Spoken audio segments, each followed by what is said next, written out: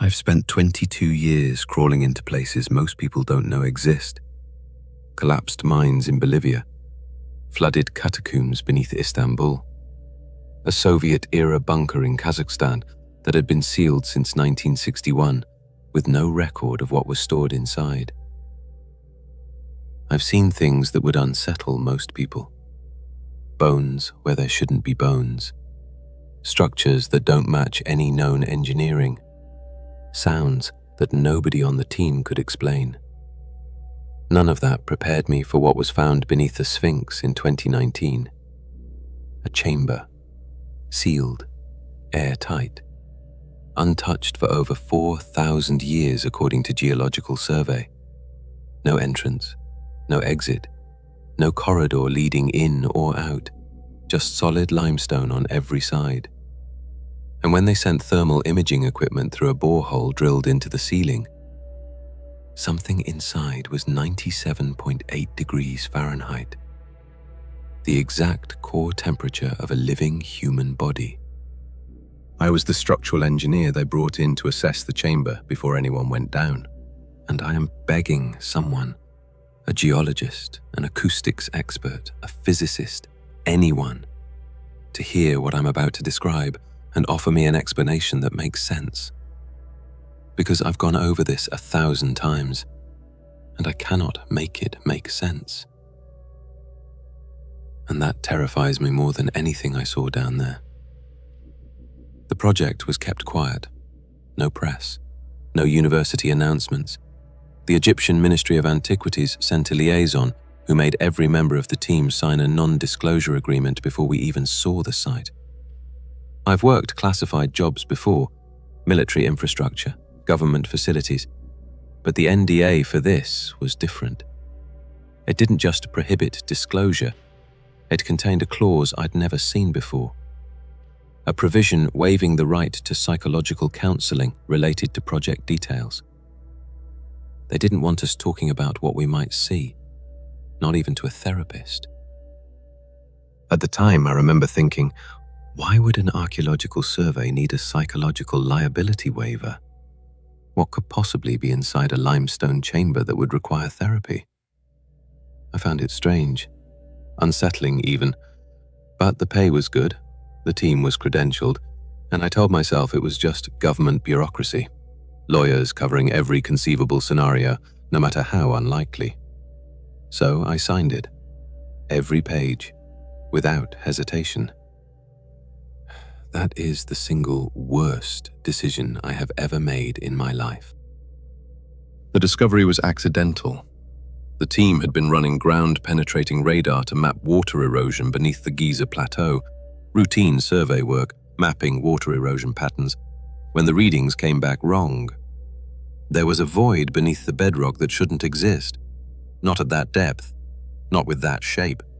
It was a perfect rectangle, 60 feet long, 40 feet wide, 12 feet tall, cut into solid limestone with a precision that, and I'll be honest here, we could not replicate today with modern tools.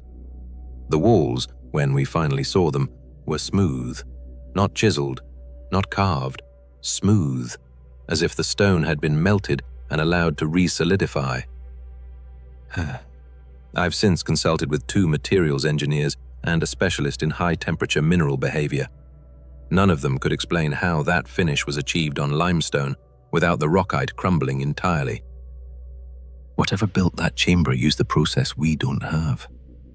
They sent a fiber optic camera through the borehole first, standard procedure. The video feed came back dark, which was expected. No light source inside a sealed chamber.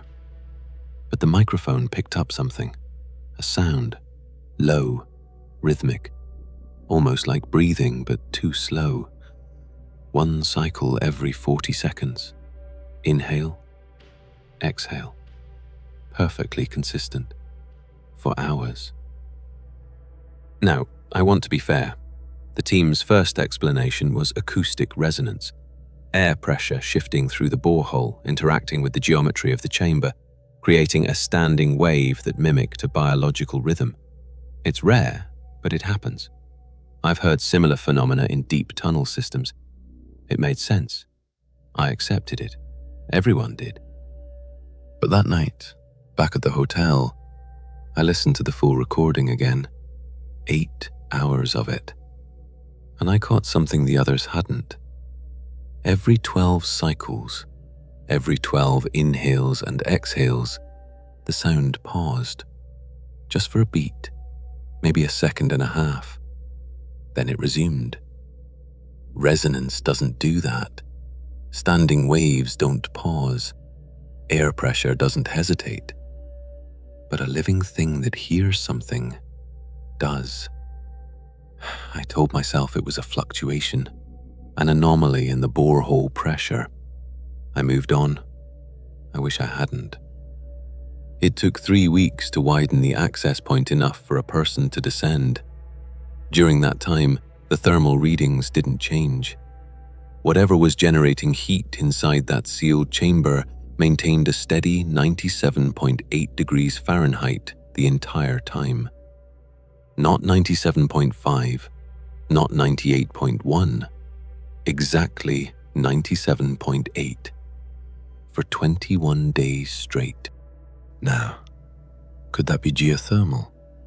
Theoretically, there are pockets of residual volcanic activity deep beneath the eastern Mediterranean, but geothermal heat fluctuates. It shifts with tectonic pressure, with water table movement, with a dozen variables. This didn't fluctuate. Not once. The thermal engineer on the team called it biologically consistent. He meant it as a joke. Nobody laughed. Dr. Ashraf Malik was the first one down, senior archaeologist, 30 years in the field, the kind of man who had crawled into unmarked tombs across 3 continents without flinching. I had worked with him once before in Sudan, and I had never seen him rattled. Not once. He descended with a helmet camera, a radio, a harness, and a secondary oxygen supply. The rest of us watched from a control tent on the surface. For the first 2 minutes, the feed was unremarkable. Stone walls, fine particulate in the air. The floor of the chamber was covered in a black powder, several inches deep, that none of us recognized. Notite, not calcium deposits, something organic. Lab results came back 4 days later. The powder was composed almost entirely of keratin. For those who don't know, keratin is the protein that makes up human hair and human fingernails. The floor of a chamber sealed for 4,000 years was covered in inches of decomposed human keratin.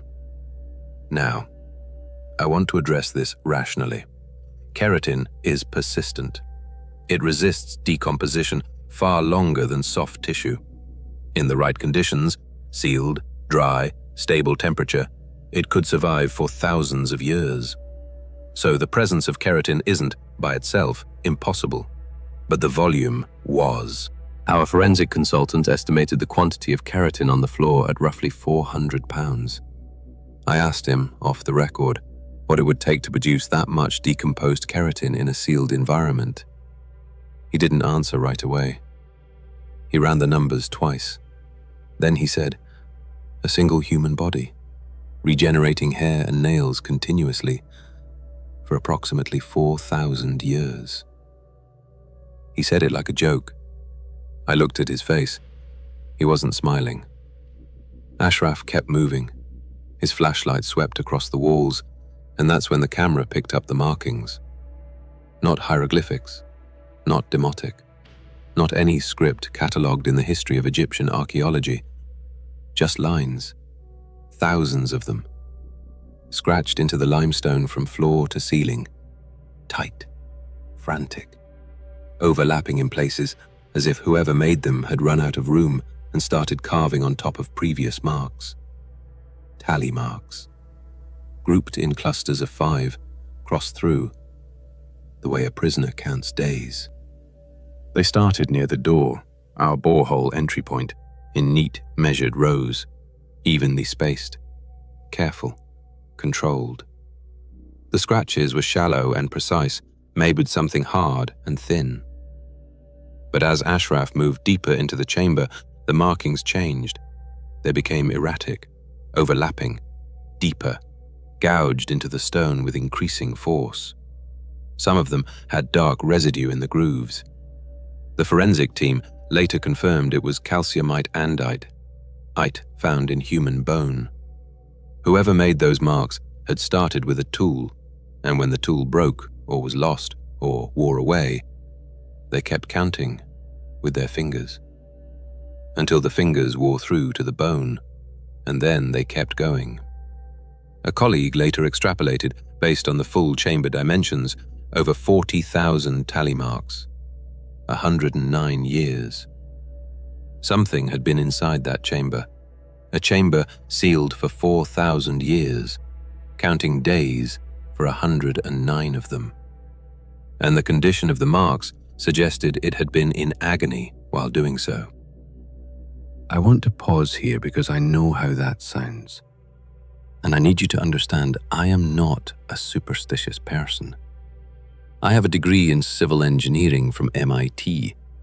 I have spent my career in environments that would terrify most people, and I have always found a rational explanation. Always. That's what engineers do. But I cannot explain the tally marks, and I definitely cannot explain what happened next. Ashraf reached the far wall and stopped. His breathing changed on the radio, fast, shallow, erratic. He didn't speak for nearly 10 seconds. When he finally keyed the mic, his voice was barely audible. There's a door. That was impossible. The ground-penetrating radar showed solid rock on all sides. No corridors, no passages, no secondary chambers, just limestone. But Ashraf's camera showed it clearly. A door frame carved into the back wall, with a stone slab fitted into it so precisely that the seam was almost invisible. We told him to describe it. He said the slab was dark, darker than the surrounding limestone, and the surface was covered in the same tally marks as the walls, but denser, more frantic, as if whoever had been counting had spent most of their time right there, in front of that door. Then Ashraf touched it, and the thermal camera on his helmet registered a spike. The surface of the stone wasn't 97.8 degrees, it was 104. Like a fever. Like something on the other side was sick. We told him to pull back. He didn't respond. His hand stayed on the slab. And then the audio feed captured something that made every single person in the control tent stop breathing. From the other side of the stone, knocking. 3 knocks. Slow, deliberate, spaced with the exact same rhythm as the breathing pattern we had recorded 3 weeks earlier. Ashraf yanked his hand away. The knocking stopped. Dead silence. 10 seconds passed. Ashraf put his hand on the door again. 3 knocks. Same cadence, same interval. Identical. It was responding to contact. I've thought about this more than anything else. I've researched seismic microtremors, thermal expansion cracking, even the possibility that subsurface water channels could produce rhythmic percussive sounds against stone. None of it fits. The knocking was too precise, too responsive. It only occurred when Ashraf made physical contact with the slab, every single time. And it stopped immediately when he pulled away. I don't know what produces that behavior. I don't know what explains it. But I know it wasn't random. We pulled Ashraf out. He didn't resist, but he didn't speak either. Not for the rest of that day. He sat in the medical tent, turning his right hand over and over, the one he'd pressed against the stone, examining it as though expecting to find something wrong with it. The medic checked him. Vitals normal, no burns, no marks, nothing physically wrong. But Ashraf wouldn't look anyone in the eye. And when someone asked him what it felt like touching the slab, he said one thing that I will never forget. It wasn't pushing against the slab. It was leaning on it, gently, the way a person leans against a wall when they're exhausted. when they've been standing for a very, very long time. That night, I went through the helmet camera footage, frame by frame, every second. I was looking for anything the team might have missed in real time, additional markings, structural details, anything that could help us understand the chamber. I found something at timestamp 00742. Ashraf had turned to respond to our radio call. The camera swung in a wide, fast arc, maybe 1.5 seconds of blurred motion as his head pivoted.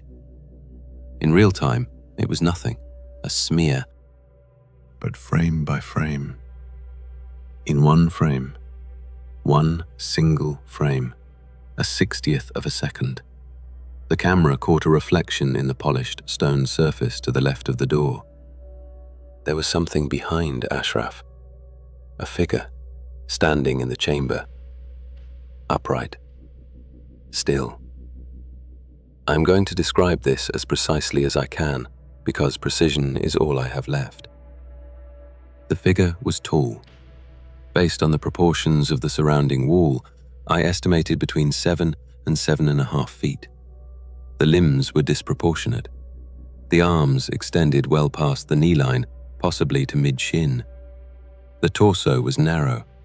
The shoulders were high and angular, almost like the skeleton beneath was wrong, as if the bones had been broken and reset in a configuration that was close to human, but not quite. And the head was tilted. Not slightly, not the way a person tilts their head in curiosity.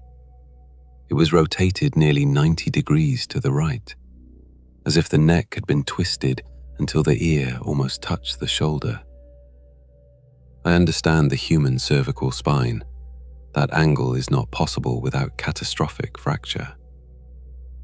The figure was the same color as the limestone, almost perfectly camouflaged. If the camera hadn't caught the reflection at that precise angle, in that precise frame, with Ashraf's flashlight hitting the polished stone at that exact trajectory, we never would have seen it. And here's what I keep coming back to. Here's what I cannot reconcile. It wasn't facing Ashraf. It was facing the camera. The man was standing 3 feet in front of it, fully exposed, completely vulnerable. And the figure wasn't looking at him. It was looking at the lens, at the tiny glass eye on the front of his helmet, as if it understood that the camera was an eye, as if it knew it was being observed by people on the surface. I showed the frame to 2 colleagues. One said it was a compression artifact, digital noise from the low-light sensor. The other said it was pareidolia, the human brain finding patterns in visual static. Both are valid explanations. Both are scientifically sound. And I don't believe either one. Because I've analyzed compression artifacts for 20 years, I know what digital noise looks like. And digital noise doesn't have shoulders. It doesn't have a head. And it sure as hell doesn't tilt that head toward a camera at the exact moment someone on the other side of a sealed door is knocking back. I know what I saw. I know what was in that frame. And I know, with every rational faculty I have, that it should not have been there. The project was shut down 48 hours later. The official reason was structural instability, risk of collapse in the access shaft. The borehole was sealed with 12 feet of reinforced concrete. The radar equipment was dismantled. Every member of the team received a formal email from the Ministry of Antiquities thanking them for their service. The NDA was extended to 20 years. I accepted all of that. Governments classify things. Projects get buried. It happens. But before the site was sealed, I pulled the full thermal dataset. 3 weeks of continuous monitoring, and I found one anomaly that no one else had flagged. The temperature inside the chamber, the steady, unwavering 97.8 degrees, had been perfectly consistent for the entire monitoring period, except for one interval. On the night Ashraf descended, the temperature dropped. Not by much, just 2 degrees. but it dropped for exactly 90 seconds, from the moment Ashraf entered the chamber to roughly 60 seconds after the knocking began. Then it returned to 97.8. Now, a temperature drop when you open a borehole makes sense. You're introducing outside air, convection currents, basic thermodynamics. That's the rational explanation, and maybe it's the right one. But the timing is what haunts me. The drop didn't begin when the borehole was opened. It began when Ashraf's boots touched the floor. And it corrected itself while the borehole was still open, as if the heat source hadn't left the chamber, as if it had simply moved to a different part of the room. A part of the room that was behind Ashraf. Watching him count the marks. Watching him touch the door. Watching something on the other side knock back. And Ashraf never knew it was there. I don't know what was inside that chamber. I have spent 6 years turning it over in my mind, and I do not have an answer. Maybe it was a natural phenomenon so rare that science hasn't catalogued it yet. Maybe the geometry of the chamber created acoustic and thermal conditions that perfectly mimicked biological signatures by pure coincidence. Maybe. But I've been in this field for over 2 decades. I have been in the dark, underground, in places no living person had entered in centuries, and I have never, not once, felt what I felt watching that footage. The kind of fear that exists before language, before thought. The kind that tells you, in a voice you cannot argue with, you are in the presence of something that should not exist, and it knows you are here. Ashraf Malik resigned from archaeology 3 weeks after returning from Egypt. He never published a paper. He never gave an interview. The last communication I received from him was a short email with no subject line. It said, "I keep thinking about the tally marks. 40,000 days. Whatever was in that chamber had been counting for 109 years. But the chamber was sealed for 4,000. So the question that keeps me up at night isn't what was counting. The question is, what made it start?" I don't have an answer. If you do, I need to hear it. Because every explanation I can construct requires me to accept something that the rational part of my mind would not allow. And the irrational part, the old part, the part that kept our ancestors alive in the dark, that part already knows. The only one that fits is the one I'm not ready to accept.